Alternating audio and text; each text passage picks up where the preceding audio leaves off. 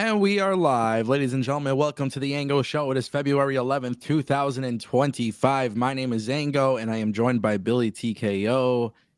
Today, we are talking a little bit about Raw. We're talking a little bit about the stuff that's happening in the pro wrestling business because there's some crazy shit happening, as you guys know. So, obviously, we're going to talk about it. First and foremost, Billy. Yes, sir. How you doing, buddy? I'm good today, man. How you doing?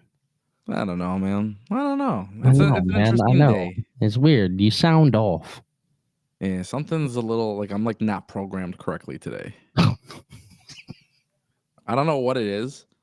His AI function isn't working today, folks. Yeah, dude, to be honest with you, I think what it is like I think I mean, can I just be honest? Yeah, bro, come on. I just think like yesterday I was watching Raw and it was a great episode. I was at the gym, so I was watching Raw at the gym as well. Yeah. And I was staying on top of everything. And then I don't know, man, just sore and tired and maybe sleep deprived. I was working late last night on the channel doing some stuff for today. So yeah, I don't know. Just a little up super late. Yeah, just a little off balance today, but that's okay. Ladies and gentlemen, we're live. We're gonna power through. Shout out to all the members in the chat, Darth Bane, Laws, Kevin Schiffman. I see you guys in there. Yeah. Shout out to everybody in the chat. Shout out to everybody watching. Shout out to everybody loving the Ango Show, because without you guys loving the Ango Show, then there probably wouldn't be an Ango Show. So shout out to y'all. And really shout out to Justin Kennington too, because he's in the chat and he's a member. If you guys want to support the channel, if you guys want to help out the show, you guys can do so. Become a member or drop a super chat. If you drop a super chat, it guarantees that your question gets read. It helps drive the discussion forward, which, to be honest with you, today might be one of those days where your boy's just not calibrated. You know what I mean? So, y'all gonna drive this conversation. Yeah, it's just a little bit crazy. Shout out to Phil. He's in the chat as well. What's up, Phil? Oh, my God, bro. I'm not sick. Yeah, so Elon forgot to put your batteries in. Yeah, pretty much, dude. Yeah, got it. Yeah, it's either that or maybe I'm just, today's Tuesday and I'm just not ready to watch AEW tomorrow, and maybe it makes you feel better. Funny little story here. I'm at work and I bring my tripod, and normally there's like a piece to clip on to the tripod, that way my webcam can sit up there. Yeah. I forgot the piece, so my webcam is literally sitting on something just off balance right now. I'll be honest with you, I couldn't even tell. Yeah, no, it is. It's hanging there. It's hanging out like it's having a good time, dude. So, yeah, I mean, I just completely forgot numerous things today. Billy. Yeah. The show is called The Ango Show, but really it's all about you, Billy TKO. Come on, man. That's right, guys. Make sure you subscribe to Billy. You're definitely going to want to. But, we actually already got a super chat, which is cool. Oh, easy. Here we go. And we'll just start jumping into shit, because honestly, I don't really want to promote a whole bunch of stuff either. So just do the shit that we say beforehand. Yeah. Don't know why Lyra versus Bayley and Roxanne versus Raquel was booked. Lyra lacks a proper character. She is not getting prop wins and irrelevant at Royal Rumble. This was from Tolino Channel. This is interesting. I'm gonna be honest, bro. I don't agree with the analysis on I don't on Lyra. Yeah, pretty much on any of this. Yeah, I don't either. Obviously, they couldn't do Bayley and Roxanne right away. Yeah, that's kind of a given. So you have to do Roxanne and Raquel. You know Roxanne's gonna win. We knew Bayley won. You get them in the chamber, and hopefully that leads to them having a Mania match. What's really interesting is we also know that we can't forget about this part, but obviously we gotta, I think it's next week. It's Io Sky versus Rhea Ripley for the World Championship. Yes. So we can't forget about that. I still think WrestleMania, it's Io versus Rhea. So do I. I think it'll be some kind of fucked finish. Yeah. I personally speaking, I'm actually pretty happy with the way they booked the women's division yesterday. Now, I will say I wasn't a big fan of the match yesterday between Lyra and Bayley. You could tell some things were off. I think Elon forgot to plug in their batteries too. Yeah, I don't know. I don't agree, but maybe I'm just not being like super analytical on match qualities. Yeah, I mean, I just watched the match for what it was. I mean, it got the point across. You know what I mean? It told the story that it needed to. Yeah. It got Bayley in the chamber. That's what it was supposed to do. You know what I thought was actually really interesting though? Huh. Was we did get the backstage segment with American Made with like Ivy Nile and Lyra. Yeah. Which I'm glad because we were talking about it before, you know, like how do they plan to follow that up? So there is that storyline that's there. For sure. So I like that continuity. I was very appreciative of it. I see some people in chat just saying like the chemistry was off in the match. You could tell it was a little bit. Yeah. But I wasn't expecting like anything huge, I guess. No. So that's the big thing. Look at this guy. He's getting through this today. Oh yeah, we're powering through. Come on, man. Shout out to Tolino Channel for the super chat. Yeah, I mean, listen, Raw was interesting last night for a variety of reasons. I think WWE,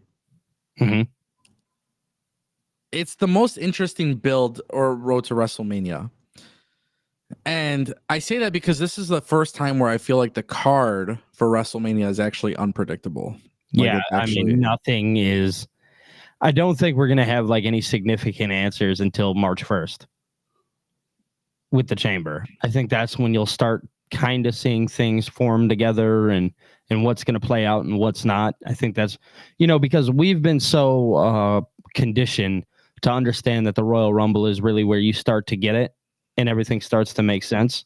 Yeah. If you look at things now, it seems like things have changed a little bit where you're still answering questions coming out of the Royal Rumble. Like, we know that we have the one match now between Jey and Gunther, and that makes a lot of sense. We kind of all knew that that was going to be the case, and after Jey got attacked last night, makes sense. Now, you just let them go out there and tell the story a little bit more.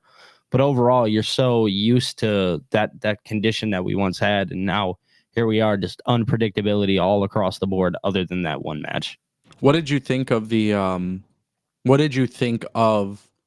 the way they handled Gunther and Jey Uso last night, and then obviously making it official? Yeah, I was okay. I have two stances on it. I thought it was really good, but I also thought it was a little premature. I think here's the thing. I think they could have played it out a little bit longer, maybe like another week or so. But again, this is me just being picky, right? Yeah. Do I think it was great, and do I think it now allows Jey to be that bigger baby face than he was? Yes, I do. So I'm a fan of that, and I like that. But something in me, call me crazy, something in me is saying that Jey's not going to win this match. No, I think it's very obvious he's winning.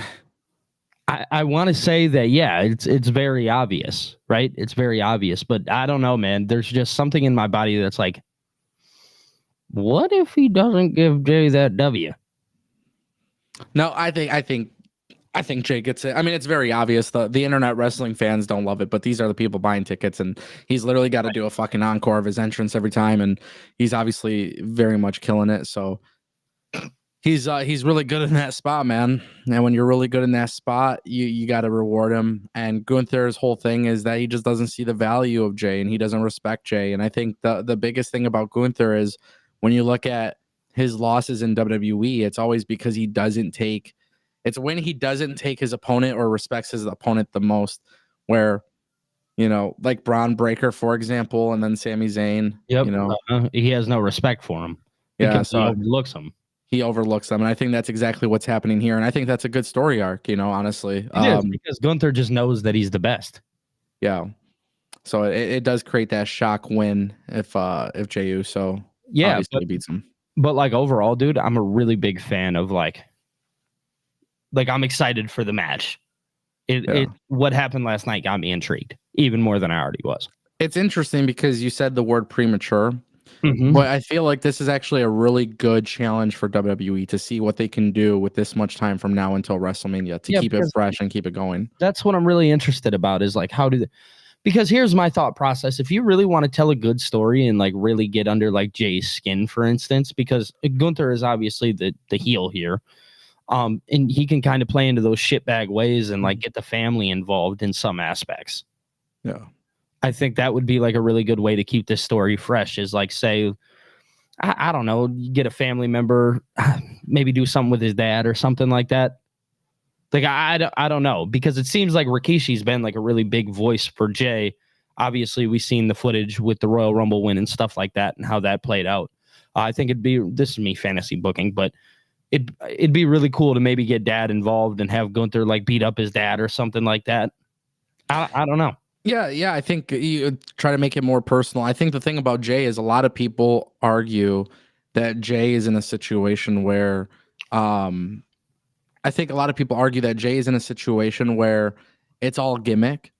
Mm-hmm. And I think some of the best promos and some of the best things that Jey Uso has ever done is when he becomes very personable and very human.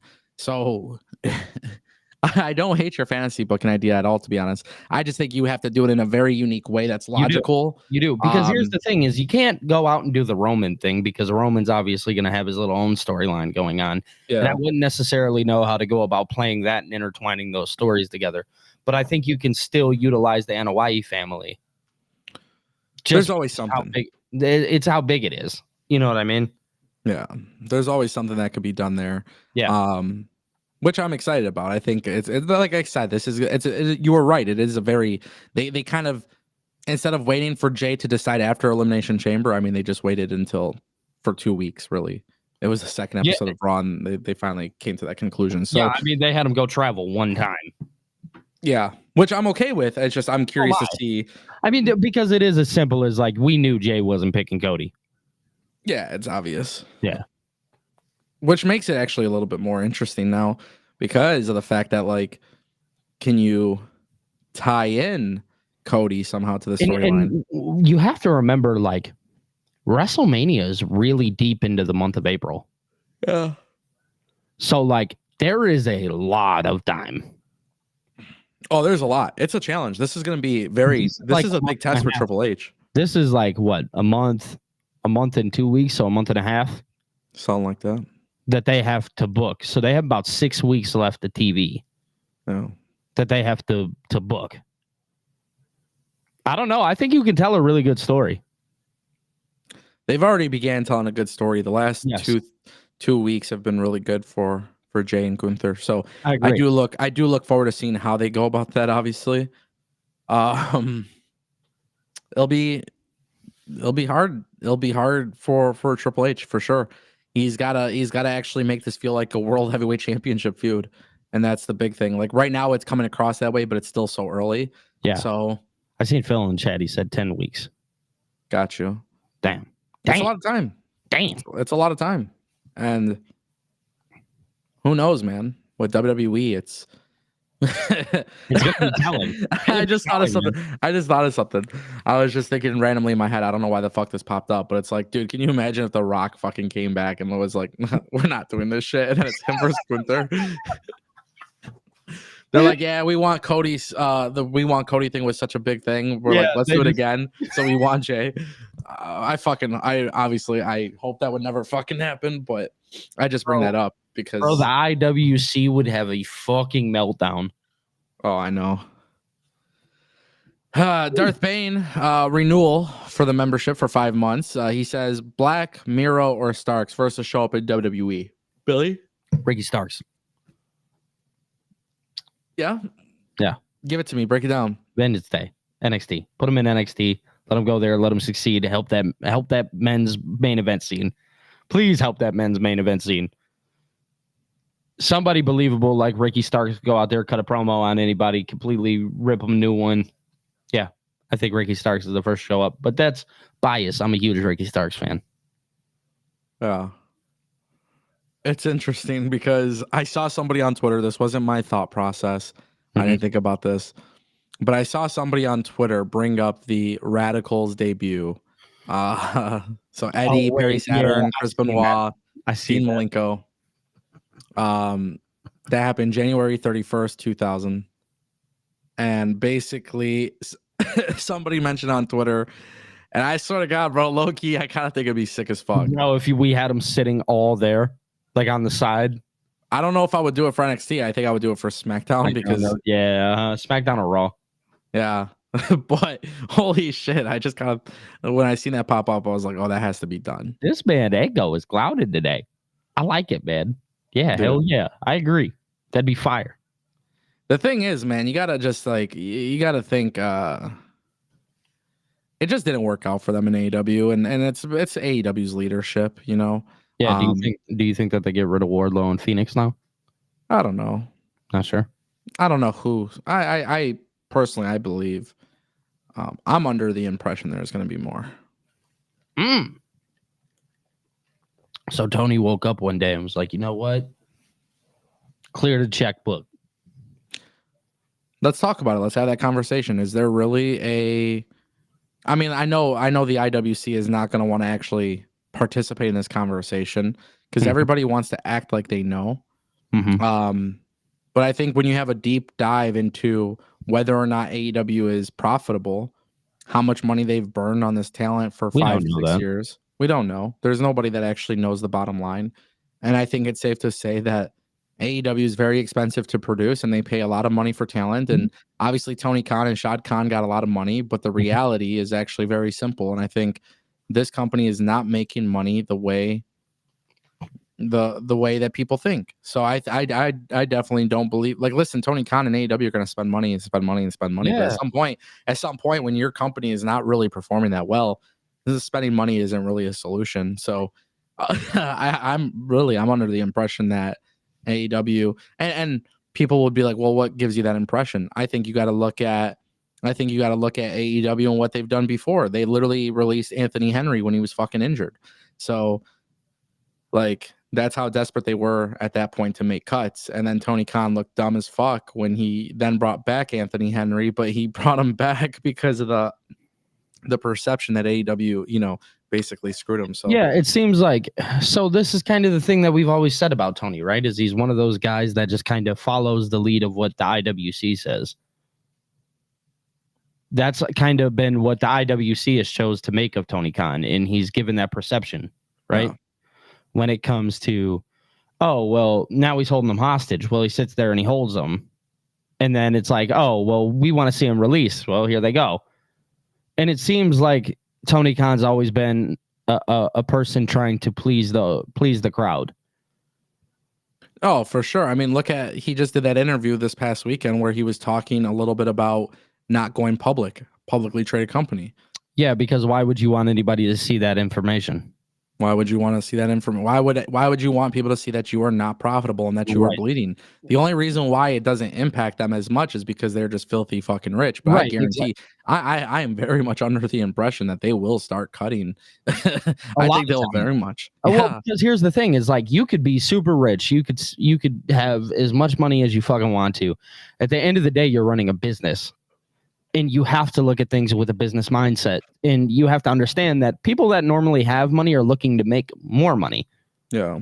So under this circumstance, it's like, okay, is me holding on to Ricky Starks making me any money, or is it currently costing me money because we have to remember that Tony Khan has very much pushed for the IWC crowd. That's the crowd that he's targeted. So them leaning on hate towards him in the situation, that is costing him money. It's people aren't watching the show, people aren't buying merchandise because people are boycotting what he's done. So now he is going to try and please the audience once again. So he's going to get rid of Ricky Starks. He's going to get rid of Malachi. Well, he didn't really get rid of Malachi Black, but we know that situation. But Miro and all these names, and he's not going to re-sign them because it's like, hey, these people that are watching my show, they don't want you here and you don't want to be here. So maybe it's best that you go. I've said this for years. I'm going to keep saying it for years. If there's people in this company that don't want to be there, you shouldn't be paying them. Yeah, I think that's one of the goofiest things on planet Earth. Like, oh yeah, we're going to pay this guy and we don't want him here and he doesn't want to be here. That has to be one of the goofiest business models of all time. Well, you know what makes Tony Khan a goofy business owner? Huh? You still got Rey Fenix. Yeah, and you know, you're holding on to Rey Fenix knowing that he is not the same I mean, let's be real here. He had one of him and his tag team partner. They went on a great run there, and that's what they were. They were the Lucha Bros. Really quick, there was a super chat from Myra for $4.99. She says TK holding on to Phoenix like his life depends on it. But that's what makes me think Tony Khan is not a good business owner. Like, honestly, I don't think he's a good business leader, because if this company, let's just say, for example, like if you really want to fuck WWE right now, it's very clear that they have very high hopes for Penta. So you bring in Phoenix, that immediately makes them call the audible on Penta, or it makes Rey Phoenix go into a singles position. If I was AEW, I'd put Phoenix out there right now. I'd let him go put on numerous bangers. I'd try to present him in a whole new way, give him a really good shine. Him and Daniel Garcia right now would be like fire, right? For the TNT title. Mm-hmm. Like if I were AEW, that's what I would do. I would go let that guy put on numerous bangers just because of what WWE is doing. If you want to get under WWE skin so bad, that's how you could do it. Well, yeah, and I think too, like, it's just really important that people understand like what's at stake here. Like, Tony Khan is not at like WWE is profitable, and this isn't a WWE versus AEW thing, but WWE is profitable, right? And WWE being profitable, there is definitely a lot of talent there that don't get used, right? Now, I think it's silly to pay people that you're not using. I really do. However, if those people want to be there and then keep them, right? Yeah. But if there's people in WWE that don't want to be there, don't keep them. And that used to be a thing that we talked about heavily under the Vince McMahon era, where it was like, man, there was a lot of people who just didn't want to be there, and WWE held them hostage. Mm-hmm. Now it's interesting because AEW we thought would be different, and they're not. And really, it's just a dumb business decision because, like even you kind of mentioned it, like with like Miro, Black, and Starks, but the deep down, like people will make excuses and call them out, and yeah, they'll make their comments and they'll say like, oh, AEW didn't do anything with them. AEW didn't do anything with them, and they were refusing creative, and they were doing this, and they were doing that. Or they're hard to work with. Numerous things. Yeah. So if that's all true, let's say that's all true. Let's just say that's true. As a company, you can't figure out a way to communicate properly and say, hey, what is it that you would like to do? What can we do to come to an understanding? Because we like you and we want to utilize you consistently. Mm-hmm. What kind of thing can we do together where we could sit down together and come to an agreement of like, hey, this is what we're going to do. We have a plan. Well, dude, wrestling is such like the music business to me when I like think about it. It's so funny because of course a lot of these guys have egos and think that they're the best. That's just natural, right? They're out there performing. Yeah. So when you're performing, your mindset is that I'm the best. There's nobody better than me, and you almost have to carry that weight because everybody wants the world title and they want to be involved in the main event. They want to do it. It's natural, right?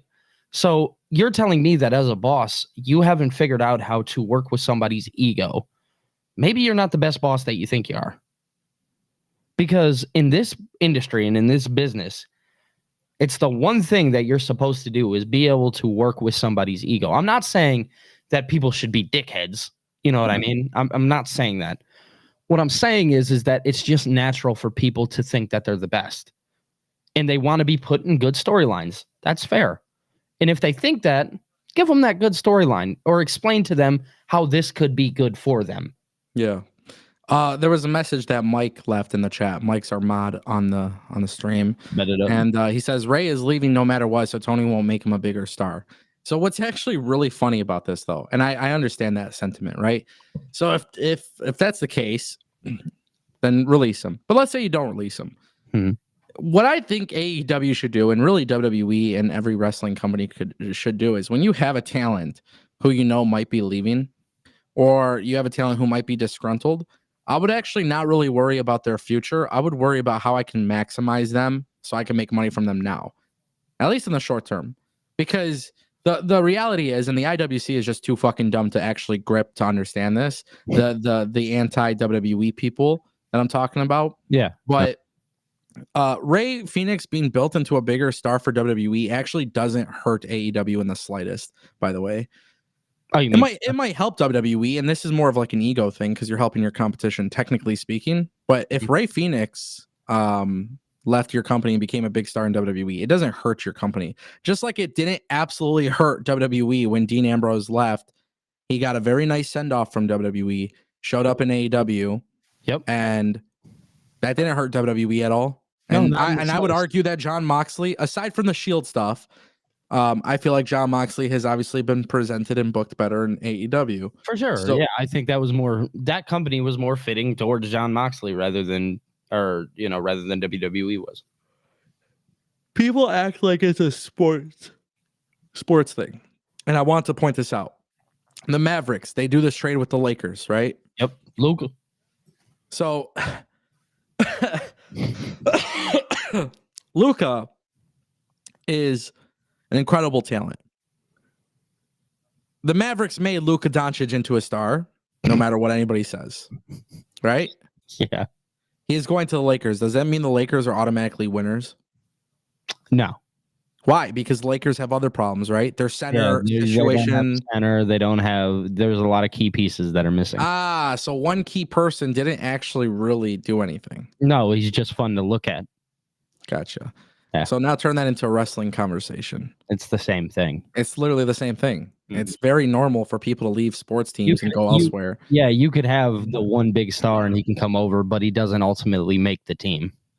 Now, what would have been better for Mavericks? Now, there's a reason why I bring up this analogy, because the Mavericks brought in Anthony Davis. And Anthony Davis, by the way, might be out for the rest of the season now because he got hurt. Yeah, but if they were really looking for a center, they could have went and got Mark Williams from the Hornets. Who? I'm talking the Mavericks. If they were going to look for a center, somebody that's young, somebody that's healthy. Brother, Mark Williams is fucking hurt. He couldn't even get traded to the Lakers. They had to rescind the offer. Is that why it never went through? Yeah, he failed his physicals. Oh, so let's not get off track though. Anthony Davis, it's turned into a sports show. Yeah, so Anthony Davis though got injured literally in his first game with the Mavs. Yeah, instantly. So they got rid of their star player and got somebody else, and now they effectively fucked themselves. Yeah, because nothing's happening now for them. But it's not like the Lakers are projected to win the championship either. No, Dallas did the trade because they were looking to be a contender right away. Yeah. So what I'm saying is AEW getting rid of Phoenix is not going to make WWE a contender right away. And the reason why, though, is because the WWE is the contender. They are the champions. Right. You're not beating them. So that's okay, though. You could get rid of your assets to them, and they will do whatever WWE does, and that's fine. But just what really matters roster around, let it be the people that want to be there. That's how I look at it. Just make your roster the people that want to be there, because there are obviously people that want to be there. You know, you got somebody like MJF who shows up every week, and he's got a tattoo. Bet on yourself, and like he re-signed with the company. Like that's a guy who wants to be there. Put him on. Make him a big deal. Hangman Adam Page, a big deal. Make sure he's being utilized correctly. Jon Moxley, making sure that the stories that he's in is making sense. Jay White, Will Ospreay. There are numerous names down the board that, like, your Adam Cole, your show can be so good down the board. You just have to make it good. And it's your job as a boss and as a company to make that show set good. Yeah. Rey Phoenix is not affecting your pockets or the way your show is being produced at all. And if he's somebody that doesn't want to be there, it is. Well, hold on. It is impacting their pockets because they are paying money for Rey Phoenix to do nothing. It's impacting their pockets, but it's not impacting the show. I think you can make an argument that the talent that have been sitting off of TV have definitely been impacting the show. I think that is very, very, very important to note. I think that is very noticeable. I think there has been a major decline in the last few years with AEW's product because there have been noticeable people not on the show. Ricky Starks and Cope delivered a fucking awesome promo back and forth, and it felt real. Why? Because it was. So, for example, you took Ricky Starks off TV, Adam Copeland got offended, and I love Edge. I will always love Edge, and I'll always be a fan of Edge, but he was very, very soft in that segment, and then Ricky Starks gets pulled off of TV. Okay, let's go. Cody Rhodes is no longer on TV. CM Punk is no longer on TV. Malachi Black was only on TV because of fucking Brody King and Buddy Matthews. He wasn't doing anything singles, so that automatically impacted the show. See, you're taking the past. I'm talking from a future standpoint. For the future standpoint, though, understand this though. This is what you need to realize though, is that you have people in your company that are still not being used. Yes. So it does hurt when you see the decline of this product and you see so many people not being used or consistently in a prominent storyline, people are not interested. Who the fuck really cares about Daniel Garcia and 2.0 coming out together? Well, this is the thing. You have to make them care. Oh, Billy, make them care, make them care. Yeah, guess what, though? They haven't been making people care. That's the fucking problem. Yeah, but can we argue that them being off TV is the reason why nobody cares? That is the argument.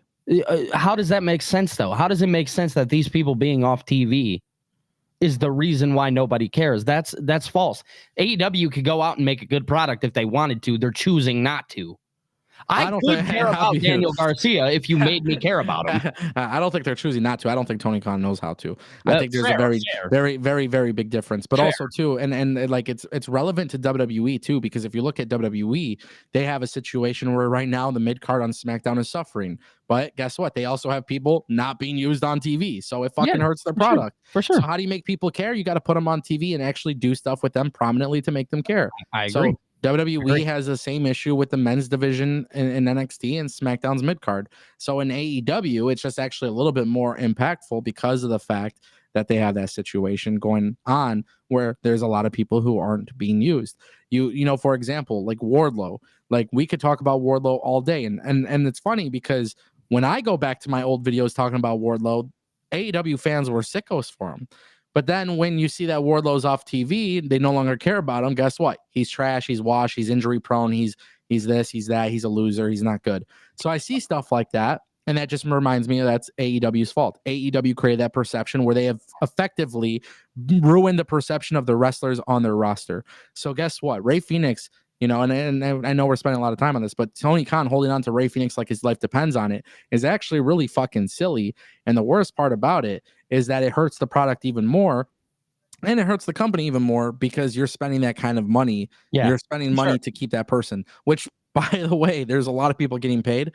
You know, like to compare it to the NBA and NFL, there's something called cap space. Now, Tony Khan has unlimited cap space, but the problem is the unlimited cap space that he's taking advantage of is not for a lot of people that are actually difference makers in his company. And that's the sad reality that nobody in the IWC actually wants to say, because maybe it's a little harsh, but there's a lot of people who are getting paid in this company who really aren't that good to be on TV. And that's another issue in itself.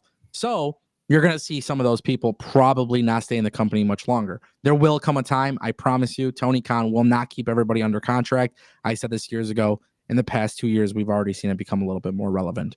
But let's hold on to Rey Fenix because he might go to WWE. It's dumb. It is. It's selfish. It's silly. By the way, their biggest storyline they ever had was when their top star literally teased working for Triple H in the WWE. So let's not forget that. Oh, the MJF shit? Yeah. Yeah, I remember that. They effectively promoted MJF possibly going to WWE. Yeah. And they dropped the ball on that storyline too, like everything else. So shout out to Myra for the super chat. Kevin Schiffman dropped a super chat regarding Raw. He says Dakota Kai turns on EO on Raw to cost EO the title out of jealousy. I don't mind this. I don't mind them building some sort of singles program between Dakota Kai and EO. However, I would actually wait for something like that to happen until after Raw. When EO wins the world title or something. Yeah, I would actually much rather have EO like win the world championship. Let this be a long-term storyline where they build that up. Dakota Kai finally snaps. Yeah. Just personally speaking, that's how I would see that. And that puts Dakota Kai in a really prominent role where she deserves to be. Yeah. That's how I'd do it. Obviously, just coming back from injuries, she is a little bit injury prone. You can't. One thing to remember, guys, is we got a lot of wrestling to tell. There's things after WrestleMania that we got to look at. Like, that's how good the product is right now. At least for me, it is. Yeah. Well, I agree. Yeah. And one thing I will say about Dakota Kai, imagine if Io Sky won the world championship at WrestleMania, and then for like 8 months you tease Dakota Kai turning, and then eventually she turns. Come on, that's good stuff. You can have her win the Intercontinental Championship, let her go on a run with it, her and Io having the titles. I don't know. Like, there's things that you could do, and then eventually she drops it, she gets pissed. Io starting to get mad that she's losing. Then eventually she snaps. Yeah. That's I agree. Shout out to Kevin Schiffman for the $5 super chat. Toledo Channel dropping 40 rupees. He says, with the creeds on Raw, Fraxium should go to SmackDown. So I loved what they did yesterday between the War Raiders and the Creeds. Yeah. Phenomenal match. I was okay with the booking, like the DQ or whatever. Yeah, the finish. I'm okay with that because you got to build a storyline between the tag teams. So that's fine.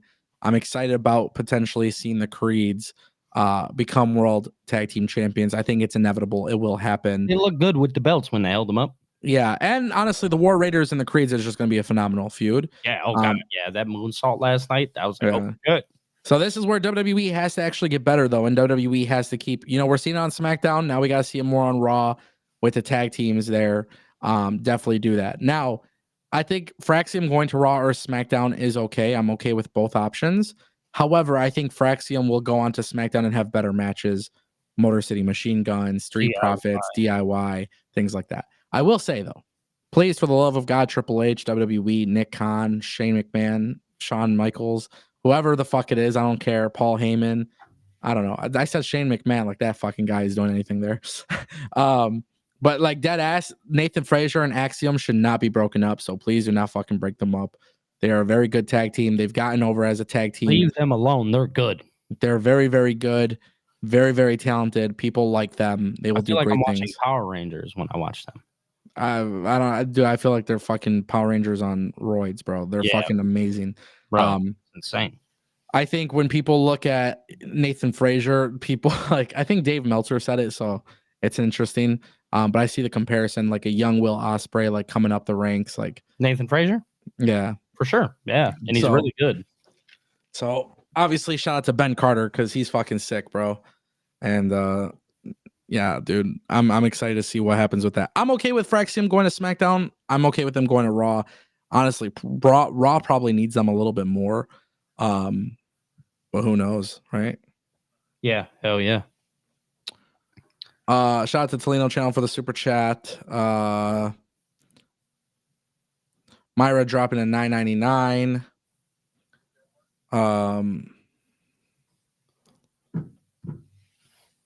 Hold on. Where is this?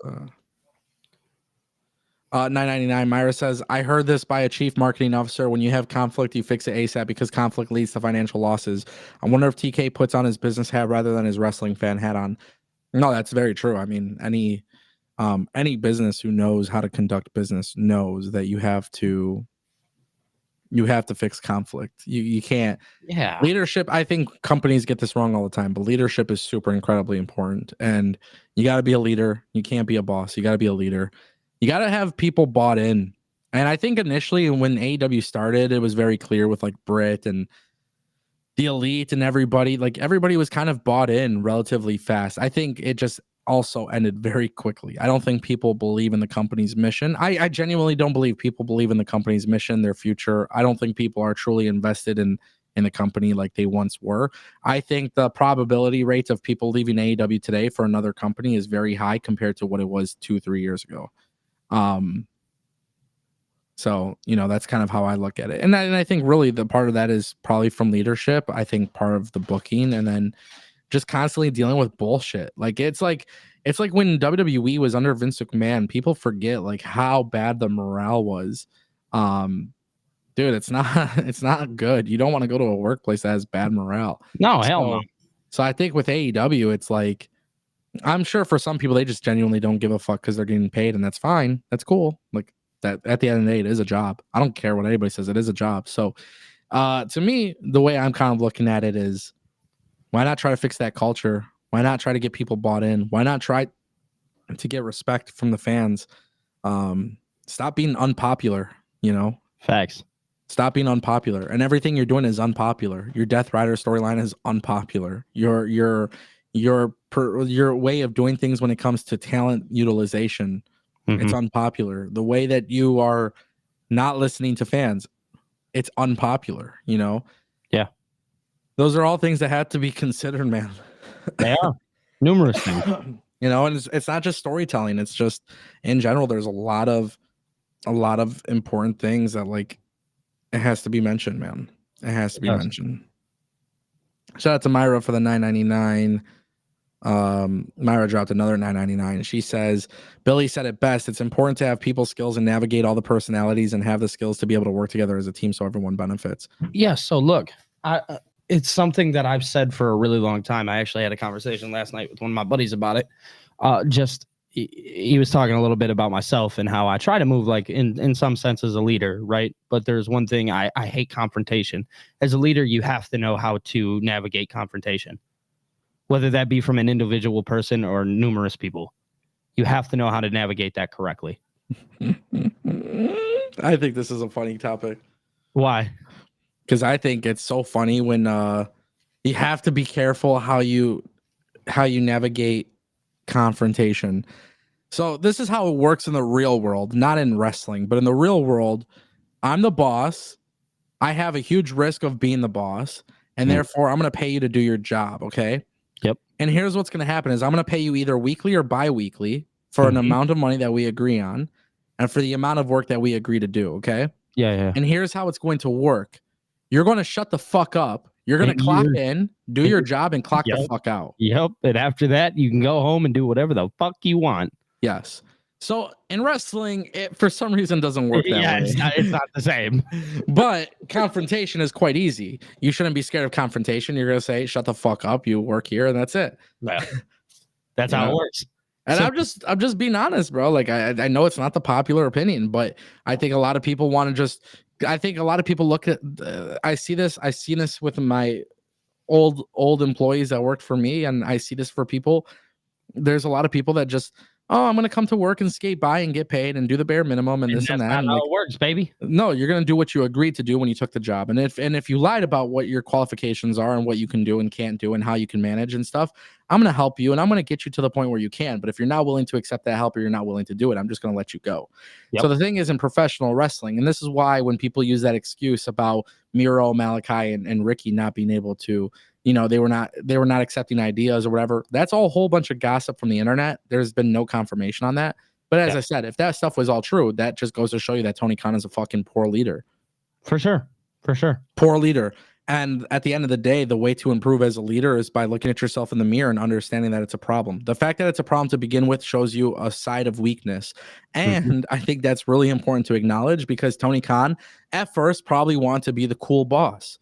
Now, and then he's not the cool boss. You can't be the cool boss and you have to fucking just be a boss. There's no such thing as a cool leader. No, it never existed. Never, ever in the history of work. Nope. No matter what, you die tomorrow, your company's looking for your replacement. That's just how it is, bro. And you got to think like that at all times. That's why businesses are businesses. That's why businesses are rich. That's why businesses. So the thing is, it's like, I think I said it yesterday. It's like, I don't give a fuck about family culture in a workplace. Don't tell me we're a family, bro.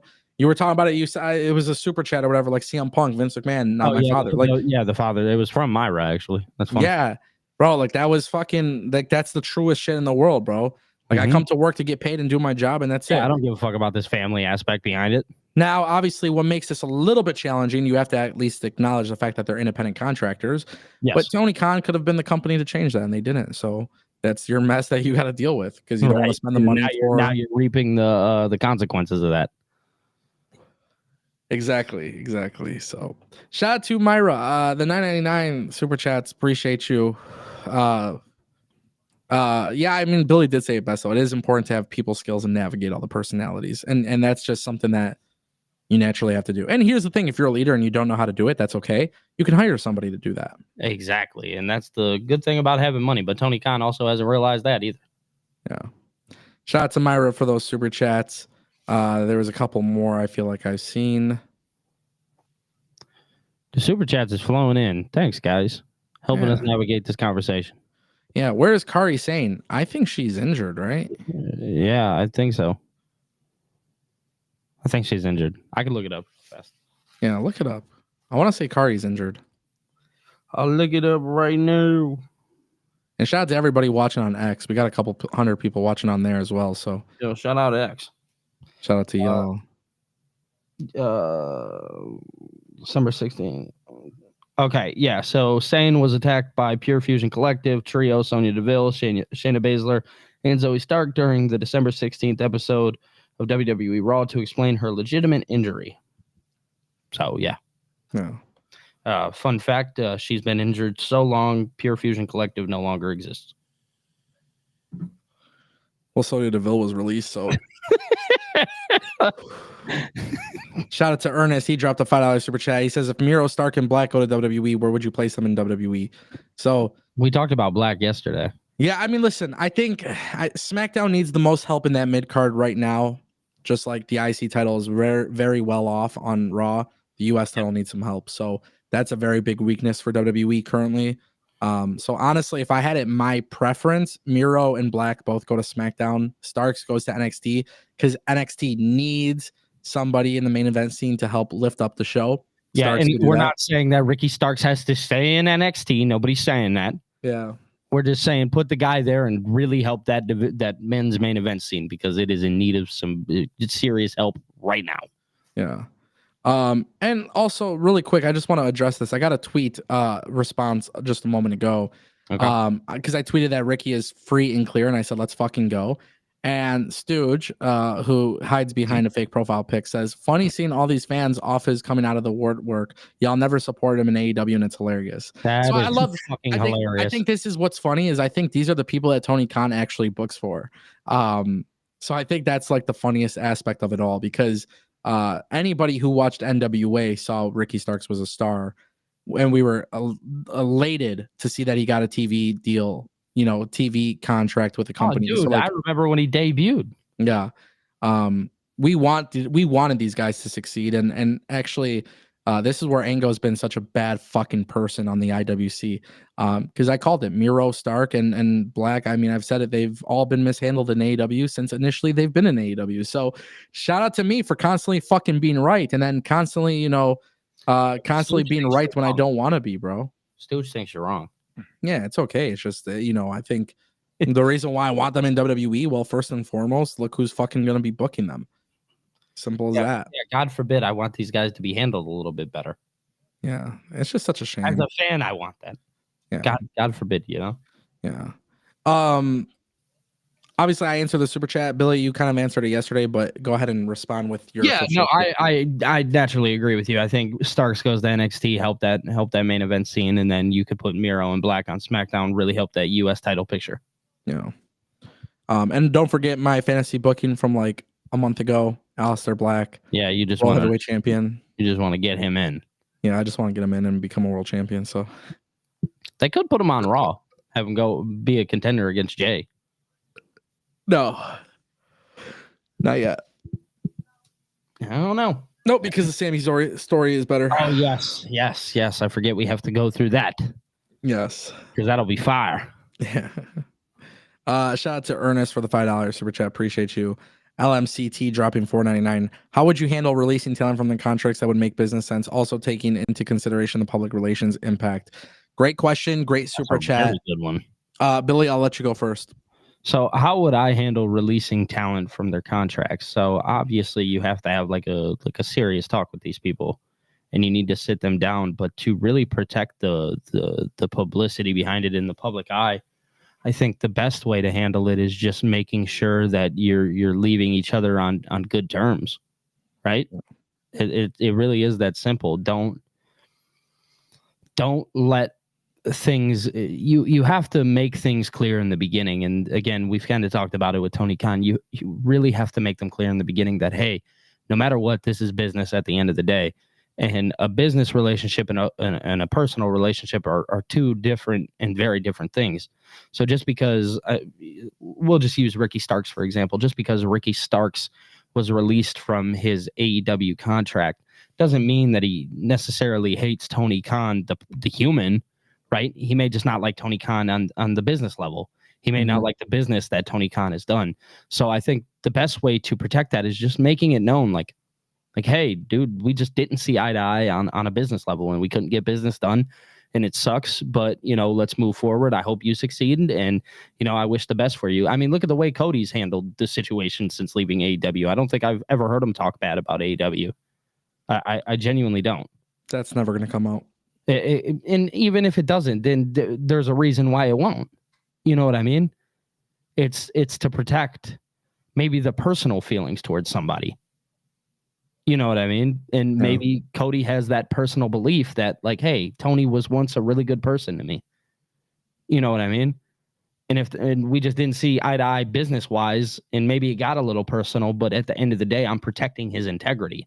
Cody's smarter than that. You never burn bridges. Exactly. Boom. There you go. You never burn bridges. You can't do it.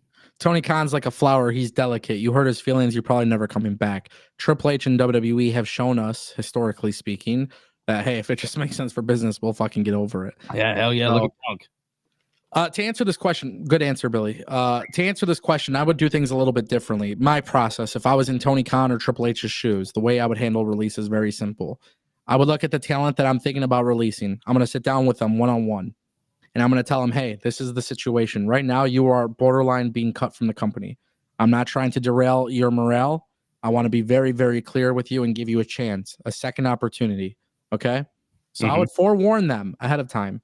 I would have a conversation, and I would say, this is how it's going to work. Okay? We feel like where you are currently at as a character and what you are currently at as a performer is not really up to our standards. We don't really see an opportunity to make money with you. I want you to prove me wrong. Yeah. So here's what we're going to do.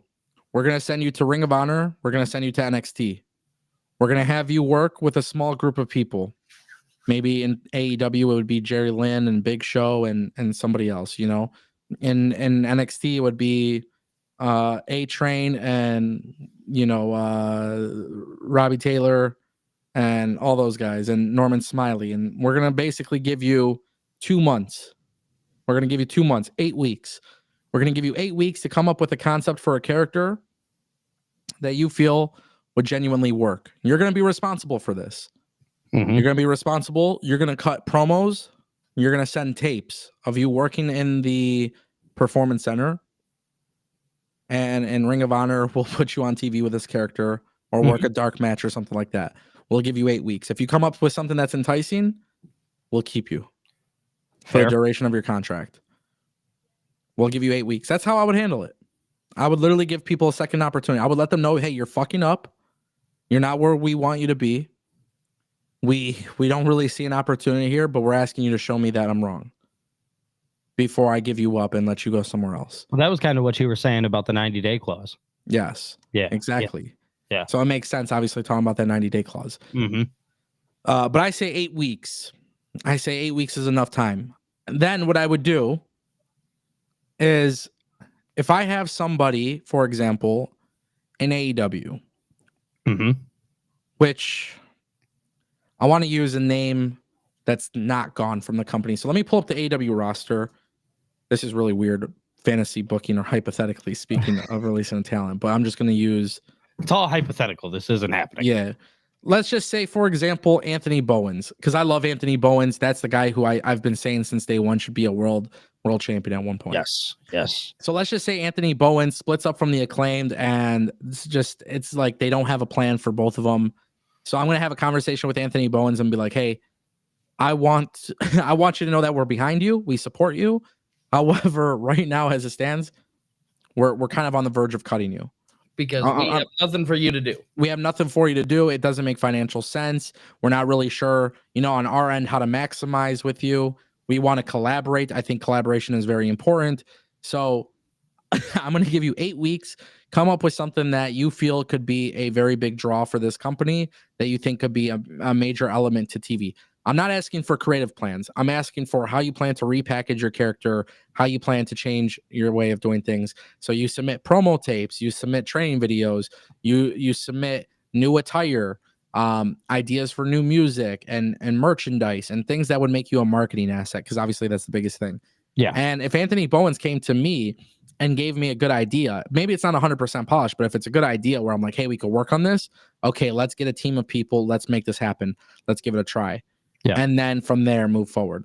If it was in NXT, it would be a little bit different, because on NXT, it is developmental. So for NXT, what I would do is slightly different, but I would say, hey, you're going to go to promo class. We're going to send you back to promo class. We're removing you from TV. We're going to send you to promo class. You're going to do training with the people in NXT. In the meantime, you're going to come up with a new character. You're going to come up with these promos. You're going to submit your tapes. We're going to analyze together what we can do. And let's just say, for example, the purpose of releasing them is, hey, we don't have room for you because you're currently on Raw. Mm-hmm. If you come up with something enticing enough, we as a company will figure out to put you where you are needed. Meaning, hey, you may not be a main event star with this character, but now you fill a gap. Maybe we need more comedy characters. This character works. We'll put you on SmackDown as a comedy character. Hey, this character potentially works on SmackDown or NXT. You know, we have a void with the men's main event scene. We're going to let you go up there for a couple months, get reintroduced to the NXT audience with this character. You know, all of this shit is important. I guarantee you right now, you'll never see your workers work harder for you in your life because you think people really want to lose their job. Absolutely not. Hell no. And I swear to God, this is the solution. The problem is billionaires, they have this thing called time is money, and it's a fucking lousy excuse because they feel like they can't make time to invest. That's because billionaires and these companies, they really don't genuinely care. And that's the sad reality. Like, yeah, it is. You know, we're talking about people losing their jobs. Obviously, I'm a human being. I don't like the idea of people losing their jobs. And it's a weird thing because I feel like people tiptoe around this, but I think cutting people is just the excuse. And I'm not a person that likes excuses. I'm a person that likes to say, hey, before I give up on you, I've tried absolutely everything possible, which is the reason why I 1,000,000% disagree with releases in pro wrestling.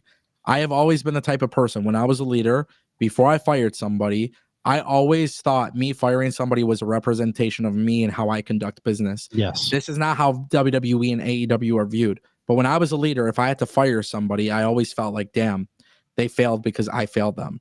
Mm-hmm. So before I fire somebody, before I let them go, every single little detail I give them work. And I give them very big conversations saying, hey, you're not performing the way we need you to perform. You're not doing the things that we're asking for. You're not doing the things that you agreed to do. I don't want to let you go. You are on the verge of being let go. I'm not trying to kill your morale. I'm not trying to, you know, at the end of the day, you are under contract with us, and I want to give you a fair shot before we cut ties. So this is what we're going to do. And I guarantee you, I promise you on everything, I know for a fucking fact, there is not one person backstage that would sit there and be like, I'm not doing that. And guess what? If that person sits there and says, I'm not doing that, cut them because they didn't want to be there to begin with. Mm-hmm. And that's the thing. That's the thing. If you have people who work for you that don't want to genuinely be there, you don't fucking waste your money on them. You don't do it. This is not difficult, bro. I should not be spitting these kind of facts, and I'm not a fucking billionaire. Right, exactly. That's the funny part, is that like, we're sitting here having a conversation like this, and neither of us run any type of company. Big, major company, billionaire company. You know what I mean? Yeah. Joel says in the chat, he says, you're assuming that's not happening. Might not happen with everyone, but I'm sure there's a handful of people that aren't surprised when they are released. I'll tell you right now, almost every release is a surprise. Yeah, honestly. Every release is a surprise. Nobody do not do walks that. Into work one day and goes, oh yeah, today's the day. I'm done. Yeah, it's I'm telling you right now, I promise you, they are not having a lot of these conversations. I know they're not having these conversations. Well, I know people. Go ahead. I know people who have been released from both companies that have reached out to me and personally told me their experience of how it went down. I'm telling you right now, if Tony Khan and AEW and WWE are having these kind of conversations, WWE and AEW, both of these companies, if they're having those conversations and they're letting people know that they're treading very closely losing their jobs, I promise you right now, there would have been a change. Yes. There would have been a change. And you know how I know that those conversations don't happen? You know how I know that these things don't happen? Because there's a lot of people that have been released that also have not signed with another wrestling company. They chose to go into podcasting. They chose to go into OnlyFans. They chose to get into other careers that were a little bit easier because it was so hard being a professional wrestler. I can't relate to being a professional wrestler because I'm not a professional wrestler. I don't have that athletic background. I don't have that promo ability. I'm not going to act like I can. That's why my channel is obviously me giving you a fan's perspective. However, what I do know is how to run a business, and I know how to make millions and millions of dollars for a business. I've done it before. So the reason why I say that now is because I know workplace culture always tends from being collaborators. Yes. And these companies, billionaires, do not think like collaborators because it is far easier and cheaper, and you waste less time just saying, hey, you're done. Yeah, agreed. So. Agreed. Crazy. Shout out to LMCT for a fantastic super chat. Yeah, welcome to Business 101, chat. Yeah. This turned into a wrestling talk show to basically me fixing Tony Khan. Free game, bro. Free game, baby. But hey, you know, they don't fucking rock with Ango. It's okay. No, dude. $9.99 from Phil. He says, I know that people know Malachi as Alistair and Miro as Rusev. But if I were WWE and I was bringing them back, I wouldn't change a thing about their presentation. Bring the Redeemer and Malachi into WWE. The name Aleister Black, 100%. Yeah, Aleister Black for sure. Yeah. Miro, the Redeemer. I'm okay with him being called Miro because that's his real name. Yes. Miroslav. I'm a fan of that. I'm also okay with them calling him Rusev again because you could do the Rusev Day thing. Rusev Day. So I'm okay with both. That fits the United States Championship, you know? When I hear Rusev Day, I just think of the United States Championship. I think of him and John Cena. Yeah, wasn't that for the US title? Yeah. Good times. Good times, man. You know, it's but like I want Malachi. I said it. Like when he came to AEW, his presentation was sick. I never questioned his presentation. I think he for sure should come in with the face paint. Mm-hmm. I think they should even make him go a little bit darker, honestly. I just want to see him sitting there crisscross applesauce on like the side of the stage. Give me Aleister Black. Oh my god, bro. Give me fucking Aleister Black versus Nathan Frazier. I just want to see Nathan Frazier just fucking jump off the rope and get hit with a black mass. Oh god. Dude, and that motherfucker will sell that shit like crazy. Oh, dude, I'd love it. Like crazy. Oh, dude. Yeah, Miro the Redeemer, you could call him Rusev and call him the Redeemer too. Such a great gimmick. I mean, it's better than the video game shit that he was doing with Trent and all them in the beginning. Do you remember that old big giant balls thing? Fucking A, bro. Fucking hell. Come on, man. What a time. So yeah, Tony Khan's gotten some free game today. All over the place. Yeah. Shout out to Phil for the super chat. Appreciate that, brother. Do you think they're putting Aleister with the Judgment Day? No. Hell no. They did tease something though about them potentially getting new members. Dom is asking for new members. Oh god. Oh god. I know. He said that in the backstage segment, right? Yeah. Part of me just thinks maybe they would put Rusev with them. So, like if you want to make the Judgment Day like less like more serious, you could do that. Yeah, you could do that. I don't like that idea, but you could. Yeah, you easily could. I don't like it though. Let me just be very clear. For the last 3 months now, I've been advocating for the Judgment Day to end. Yes, it is time for the Judgment Day to go. Well, you know what I would be really cool with though? If Finn Balor started a new faction and just completely turned on the Judgment Day. That's what I'm hoping he does. Yeah. Because obviously we know he's going to lose next week. So he's got to put the blame on somebody. Yeah. So he'll put the blame on the Judgment Day. Let them separate. Yeah. Yeah. Only other thing I really want to talk about Raw last night. Mm-hmm. Logan Paul. Man, what a guy. Finisher. The pulverizer. Yeah. What'd you think? Bro, I loved it. Everybody says, oh, he has Hangman Adam Page's moveset. And then he goes out and he hits the pulverizer. What are you going to say now? Oh, please, bro. Logan Paul coming in. He's a good performer, man. Bro knows what he's doing. Him and his brother, dude, they got it. They figured it out. Hate them all you want. Yeah. They figured it out. They're entertainers, man. Yeah. Bro, that move is sick. I like it. So do I. I was such a big fan of it. I was like, oh shit, that's fire.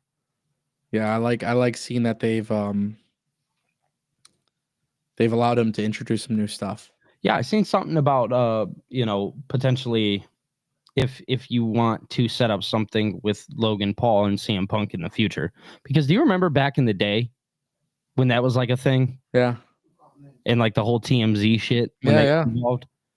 I don't know. I just feel like WWE could set something up between Logan Paul and CM Punk later down the line. I don't think you have to do it right now, but in the chamber, obviously you kind of hinted at it with him eliminating, and it's starting with, oh, well, I never lost to Logan Paul, and then you get eliminated by him, and then potentially something can happen in the chamber. I think if you don't want CM Punk to win the chamber, I think you let Logan pin him.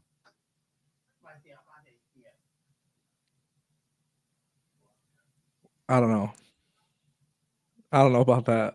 Come on, man. Call me crazy. I don't know. I don't know about that. Something's got to happen in the chamber. Or at least cost him to get pinned. The way they've set up the road to WrestleMania, like I said in the beginning of the stream, it's very unpredictable. So God knows what they're gonna do. Yeah, I have no fucking clue. I'm intrigued. Oh man, I didn't even notice that. Nice. All right, ladies and gentlemen, we're over an hour. I can't believe I powered through. I don't know what is wrong with me. We did it. Yeah. Thank you guys. Honestly, your super chats drove the conversation like crazy. You know, just want to throw this up on the screen really quick too. Mike, shout out to Mike Gagliardi. Gagliardi or Gagliardi? Gagliardi. He says, you have been providing TK game for weeks now. Nothing new. Well, it's actually been longer than weeks. It's been years. Yeah, I was about to say, you should see the conversation. The text thread that I have between me and Ango, I'm pretty sure I've never deleted our text messages. So if I scrolled up super duper far. Oh, brother, you could search from like 2020. Yeah, bro, I can go back to that. Good times, man. Shout out to Tony Khan. Tony Khan, his ego will get the best of him. So shout out to him. It's not my money. Bring in Starks, Malachi, and Miro as the Radicals.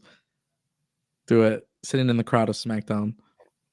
Yeah, you're talking about that, and I'm crazy for thinking Logan Paul should do something to pin CM Punk. Yeah. Yeah. I don't know. Hey, who knows, man? I'm not opposed to anything right now because they're just effectively better at putting on television shows. Raw was solid, so obviously. Yeah, I didn't hate Raw. Yeah. Ladies and gentlemen, tonight is NXT. They just announced Roadblock. Yes, 11th. The theater at MSG. So that's going to be really cool. Very cool venue. I've been to that venue before. It's going to be really sweet. So I'm excited about that. We'll be live tomorrow. I don't know whatever the hell is going on with me at this point. Something I just feel very off. Go charge yourself. You need to. You got to go fix your batteries. Yeah. So we'll do that. Ladies and gentlemen, thank you for pulling up. Thank you for watching. Thank you for the super chat. Shout out to everybody. Shout out to everybody who watched on YouTube, TikTok, and Twitter. And if you guys haven't subscribed to Billy, youtube.com/@BillyTKO, make sure you guys do that. And we'll see you guys tomorrow. Peace. Peace.